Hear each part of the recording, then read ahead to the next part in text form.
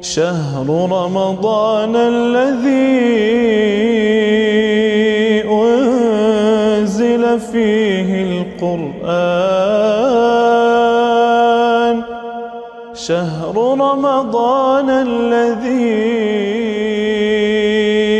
أنزل فيه القرآن هدى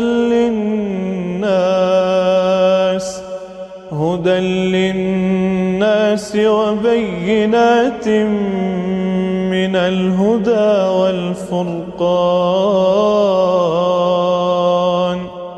فمن شهد منكم الشهر فليصمه ومن كان مريضا أو على سفر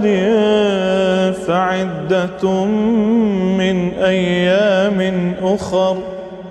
يريد الله بكم اليسر ولا يريد بكم العسر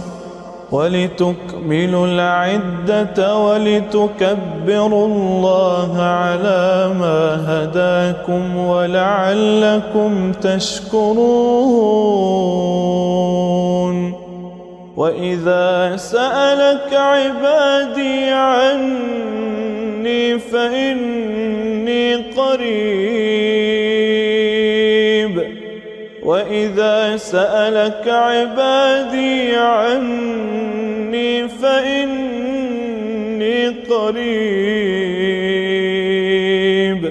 أجيب دعوة الداع إذا دعان فليستجيبوا لي وليؤمنوا بي لعلهم يرشدون